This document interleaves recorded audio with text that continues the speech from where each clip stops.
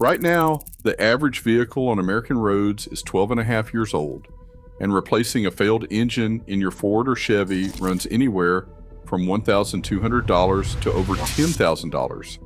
Most of those engines do not die from bad luck. They are killed by 9 ordinary habits, things you probably did this week, and the first 4 are so simple, most owners never suspect a thing. Oil is the lifeblood of every engine, but it does not last forever, not even in the newest Ford or Chevy. Skip an oil change or stretch it past the recommended 7,500 miles and something ugly starts to happen under the hood.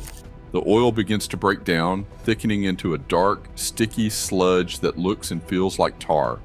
This sludge can block tiny oil passages, starving moving parts of the lubrication they need. One quick lube technician described draining an engine where the old oil came out in clumps, not a stream. That is not just a mess, it is a warning sign. Inside modern engines, especially those with hydraulic lifters, clean oil is critical.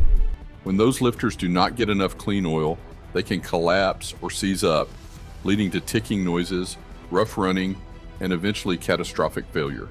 Some owners think they are saving time or money by waiting until 10,000 miles, but the cost of waiting can be steep.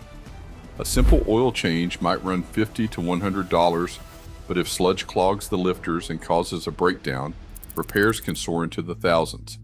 Both Ford and Chevrolet owners' manuals recommend changing the oil every 5,000 to 7,500 miles, depending on how and where you drive.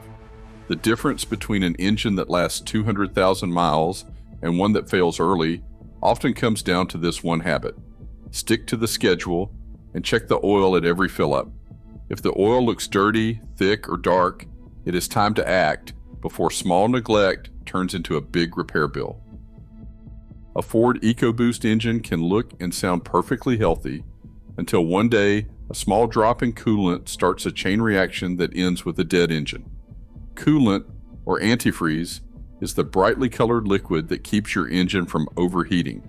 In many EcoBoost models, especially F-150s, Escapes, and Fusions built in the last decade, a slow coolant leak can slip past the head gasket, the seal that keeps fluids where they belong.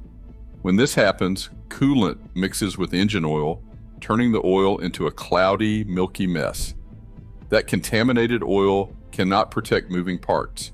Bearings grind, turbochargers lose their protective film, and metal-on-metal contact starts to eat away at the engine from the inside out. Some owners first notice a sweet smell under the hood or see white smoke puffing from the tailpipe. Others spot the warning too late. By the time the oil dipstick shows a frothy, off-white color, the damage is already underway. Repairs for coolant intrusion are not minor. A head gasket job can cost $4,000 to $7,000. If coolant has damaged the turbo or bearings, the bill can reach $10,000 or more before 60,000 miles. But this disaster is almost always preventable. Every EcoBoost has a translucent coolant reservoir under the hood. Taking 30 seconds once a month to check that the fluid sits at the max line can catch a slow leak before it becomes a catastrophe. If you ever notice the level dropping, do not just top it off. Schedule a checkup. Acting early can turn a 5-figure engine job into a simple gasket swap. For EcoBoost owners, this one habit is the difference between a long-lasting engine and an early, expensive failure. Engine oil bottles line the shelves, but the numbers on their labels, 0W20 and 5W30, carry real consequences. For a Silverado with a 5.3-liter V8 using 5W30 instead of the required 0W20 or skipping the Dexos certification quietly sets off a chain reaction. Oil that is too thick struggles through narrow passages and starves hydraulic lifters of lubrication. Oil that is too thin and high heat driving wears them out even faster. Chevrolet's active fuel management system depends on both the right viscosity and absolute oil cleanliness. When the wrong oil circulates, a faint ticking from the top of the engine is often the first sign. That tick is more than a nuisance. It is a warning.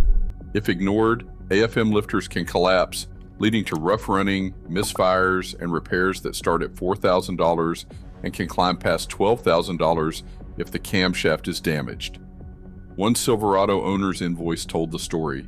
A ticking noise left unchecked for months ended in a full engine rebuild. Some try to dodge the issue with a $70 AFM disabler plug-in, but that shortcut risked voiding the powertrain warranty. The safest habit is matching the oil grade on the bottle to the sticker under the hood and insisting on the Dexos logo. Most lifter failures begin with a simple mismatch at the oil bottle, not a factory flaw. A temperature gauge creeping into the red zone is not a suggestion. It is a direct order to stop. When a Ford or Chevy engine overheats, the metals inside expand beyond their safe limits. Once the cylinder head gets hotter than 250 degrees Fahrenheit, it begins to warp. That warped metal can crush the head gasket, opening a path for coolant and oil to mix. In just a few minutes, what started as a rising needle can turn into a blown gasket, milky oil, and an engine that needs a rebuild costing $8,000 or more. Every ASE certified technician has the same mantra. If the temperature gauge hits the red, pull over immediately and shut off the engine. Do not try to make it home, and do not hope it will cool down while driving. The damage from those extra miles is often permanent. On the other end of the spectrum, cold starts are a silent killer. When an engine is cold, the oil inside is thick, almost like honey straight from the fridge. It takes time for this cold oil to reach every moving part and form a protective layer. Revving the engine hard in those first few minutes sends metal parts spinning before they are fully coated. For turbocharged engines, this is even riskier. The turbo spins at over 100,000 revolutions per minute, and without a thin film of warm oil, its bearings can wear out in a matter of seconds. The simple routine is this: start the engine, let it idle for 30 to 45 seconds, then drive gently for the first 3 to 5 minutes. Wait until the temperature gauge settles in the middle before pushing the engine. These two daily rules, stop immediately for overheating and warm up gently, are the difference between an engine that reaches 200,000 miles and one that fails at half that distance. A fuel gauge dipping below a quarter tank seems harmless, but for Ford and Chevy owners, it's the start of a costly chain reaction. The electric fuel pump, hidden inside the gas tank, is cooled and cushioned by the gasoline itself.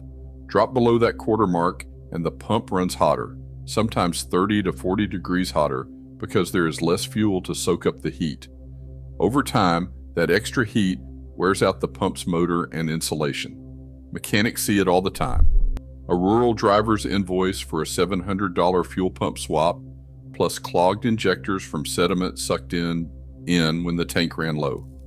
Industry records show that vehicles that habitually run below a quarter tank are 3 times more likely to need a new pump, with total costs between $400 and $900. Transmission fluid is another silent killer when the wrong type is used. Ford transmissions call for Mercon, while Chevy needs Dexron. These fluids are not just colored liquids, they contain different chemicals called friction modifiers, which help the transmission's internal clutches grip and release smoothly. Mixing them, even by accident at a quick lube, throws off that balance. The result is rough shifting, delayed engagement, and in the worst cases, total transmission failure. Rebuilding or replacing a modern automatic transmission can cost anywhere from $3,000 to $8,000. The fix for both problems is simple. Make it a habit to refuel when the gauge hits a quarter tank, and always double check the transmission fluid type before any service. These 2 habits alone can save thousands and keep your vehicle's heart and gears running strong. A check engine light is easy to ignore until it starts flashing. For one suburban family, that tiny blinking symbol turned a routine drive into a 4-figure disaster. Their Chevy's engine began to stumble, but with errands to run and no strange smells or smoke, they kept driving, thinking a service appointment could wait. What they did not know is that a flashing check engine light is not just a suggestion. It is a warning that raw, unburned fuel is pouring into the catalytic converter, the expensive part in the exhaust that scrubs pollution from the tailpipe. When a misfire goes unchecked, the converter's core can overheat past 1,600 degrees Fahrenheit, hot enough to melt the ceramic inside. Once that happens, the converter clogs, the engine chokes, and the repair bill lands between $1,500 and $3,000. An ASE certified technician opened the engine a week later. Inside, the story was written in melted metal and scorched parts. The converter's honeycomb was fused into a solid mass. The technician summarized it this way: 9 tiny betrayals, each time the light blinked and the car kept rolling. The difference between a steady and a flashing check engine light is simple but critical. Steady means schedule a repair soon. Flashing means stop right now before a small misfire turns into a meltdown. In the end, it is not bad luck that kills most engines. It is the gap between the first warning and the final failure.